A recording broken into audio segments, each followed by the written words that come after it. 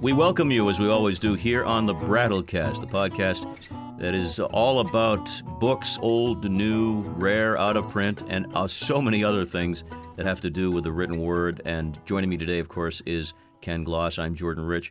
And Ken, we're going to take a slightly different tack today because we're talking about a contemporary writer and somebody who I think is one of the great gifts here in Boston that we have, Doris Kearns Goodwin, and many people know that name. Well, many do, and we're fortunate that she comes into our store a lot. And normally I don't talk about new books. I mean, for us, 50 years is a new book, right. You know, to a large degree. Yeah. But although we do have good used secondhand books. But I just recently, she came out with a new book, An Unfinished Love Story, which is about her marriage and Dick Goodwin and his career in writing. And I just finished reading it. And since we know Doris and we knew this was coming out, I found it fascinating. First of all, I love the idea that I know Doris Goodwin. I mean, we went out to dinner while my wife and I, with her and another woman locally who, in a way, was sort of reconnecting with. And so that's wonderful. For a long time, if you wanted to get a signed book by Doris Goodwin, and we still have some, she would only sign them at our shop. It wasn't that I know it wasn't because we were so special.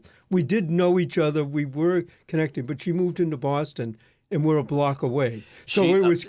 I know where she lives. I'm not going to tell anybody where she lives, but I don't live that far from her either. And I just want to say quickly, I met her on a couple of occasions interviewing her for radio. Found her to be delightful, and I know we're going to talk about this book, but I'd like to also have you comment on some of the other books, because they're fabulous. Team of Rivals, for one. Team of Rivals is one that gets, especially with the politics nowadays, the fact that the whole book was about Lincoln and putting together his cabinet and realizing he wanted people who didn't agree with him, exactly, who wouldn't just be yes men. It was all men. There weren't any women at that point. But he wanted people who would challenge what he was doing and also it's a better way to get things done because they had their constituents, so on. She also talks how there was competition between them, but that was a fabulous book. Then her book, Leadership, I absolutely love reading that because I love that one too. Again, there are a lot of lessons that people can learn. Some of them could learn a whole lot more. But one of the things I loved about Leadership was when she was dealing with Theodore Roosevelt. The letter she used was from the Massachusetts Historical Society. It was a 10 or 20-page letter about coal strikes and the whole idea of monopolies and the business then. And I'm reading that and said, gee, when Massachusetts Historical Society first got that about 15 years ago, I was the one who ended up appraising it. And I would never say, but I actually know the person who contributed it, why it came to the Mass Historic. And it was sitting there for Doris to read through and use in her book. Right.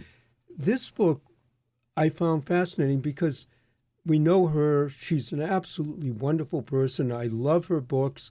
Like I say, if you wanted to get a signed book for a number of years, you had to do it through us. And she would sometimes do inscriptions, and she loved coming in and seeing how people wanted to inscribe it. You get to talk to her. She had certain types of pens she liked to use that we always had on hand for her. The new book, she's doing at another bookstore, the signing's called Beacon Hill Books, which is near us. The reason is they're a new bookstore, and we can't really handle the large volume of brand new books. That's an appropriate spot. I know the folks who own that as well, and it's a lovely, lovely store, and it's reminiscent of the old days. Perfect place for her to do this. But getting back to Doris's new book, it's called An Unfinished Love Story. Tell us, your thoughts on reading it. What did you learn? Well, first of all, I think I had met Dick Goodwin, her husband, once. And it was the most casual. It's probably, hi, how are you? Mm-hmm. And then just reading through that. First of all, they had these boxes of his career, the archives, up in the attic I think she said there was 100 or more. I'm not sure on them, but a huge number that he always had meant to go through. And then when he was 80, he finally decided that he was going to bring it down and start going through it. And she's talking about the journey of starting to open up all of his old writings and so on and trying to put it together for a book. Unfortunately, he passed before he could write the book, which she wrote it, The Unfinished Love Story. But I never realized how influential and how he wrote the speeches for civil rights for Johnson. He wrote speeches for Kennedy.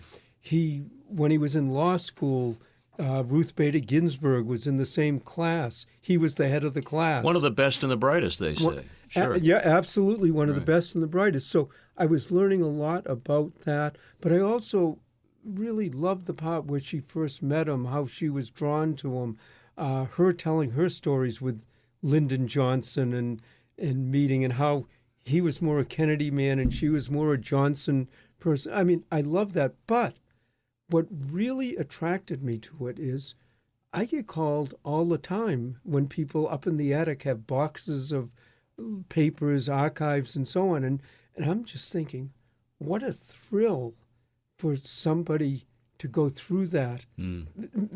It was wonderful for them because they were recreating a story they knew.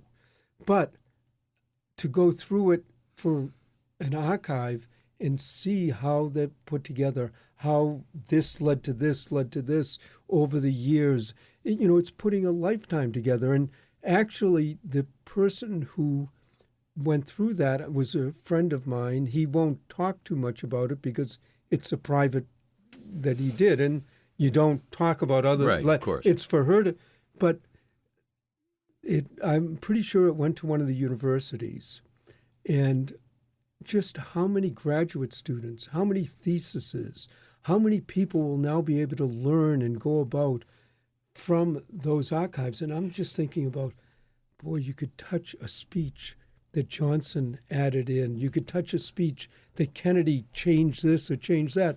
And sometimes looking and seeing those changes tells more about a person and their thought process as things were going on, as more than the final product. Agreed. And a word about her style of writing. It is very much like reading a novel when she writes her stories, and they're all historical fact. But you're there in the scene. You're there with Lincoln in the cabinet room. You're there with FDR and Eleanor. I mean, it's amazing how her ability to create prose that seems like it's a fairy tale at times is still great history. Well, one of the great things about a writer like Doris Kearns Goodwin, David McCullough, Stephen Ambrose, and a few others is they are very good, very accurate, really get the history out, but they write it in such a way that you can read it. I mean, so much of the history that's academic, it's great history, it's very, very important, but it can be really, really dry. It's almost the same way that Ken Burns, in his documentaries, after reading her books, after watching one of his, you want to do more, you want to see more, you want to have more coming out. I don't know how many books Doris wants to write or will write, but I'd even want to know, well, look, who else should we be reading? Because the readability, it's a bestseller. I mean, so obviously lots of people are getting it, reading it, enjoying it, and learning. I assume you read her book about the Brooklyn Dodgers. Yes, I read the book. I know you're a baseball fan. I'm a baseball fan. I've talked to her about baseball. Yeah. And, of course, one of the things that I will really give her a lot of credit for, she was a Brooklyn Dodgers fan. She grew up in New York. The Dodgers were, but when she moved to Massachusetts, she had the good knowledge to become a Red Sox fan. She did, and there were so many similarities. I remember when I interviewed her about that book, we talked about the fandom for both teams. At the time, it was pre-2004. But she's a lovely, lovely lady and a terrific writer. Well, and one of the things about being at the store and the bookshop is people do come in. Some you take notice of, someone like Doris Kearns Goodwin. But even talking with her, she is so nice.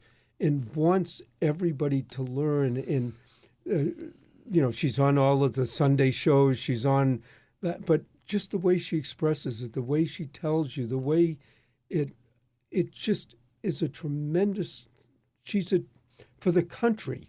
My wife says that we should start a whole project for her to get the Presidential Medal of Freedom. Oh, that makes a lot of sense because she's definitely worthy. Absolutely. Absolutely. And we have no idea whether, I can't imagine other people haven't thought of it. But I'll tell you, if my wife decides that should be something that happens, she's not one to have it. Even if Sen says no. The only one who could say no to that might be Doris Kearns Goodwin, although my wife doesn't listen to everybody anyway, so who knows? But she's on that level. And the fact that through the store, many times when I do this podcast, I'm talking about something that's 100, 200, 400 years old, or I'm talking about all the lifts, that we're carrying thousands of books, that it's hot, it's sweaty, it's a lot of work. But sometimes you have someone the books are new, it's the person comes in, they're just nice. It's just fun. They walk in the door, you smile, you're going to have a good day. And she's one of those people. Excellent. I can't wait to read the book. I've read everything she's written. Doris Kearns Goodwin, a friend of the Brattle, and I'm not surprised one iota that's the case. And she's great, and she's a little bit gotten some of her friends. We're renewing friendships of some of the people we knew, so it just goes on and on. Awesome. Thank you so much, Ken. The Brattlecast coming to you regularly. Do subscribe, and then you can download it. It'll come right to you. And we just love getting together and having fun, and we will continue as we approach episode 200 pretty soon. I think back, 200 episodes. But I guess it's obvious we both like talking about books and history.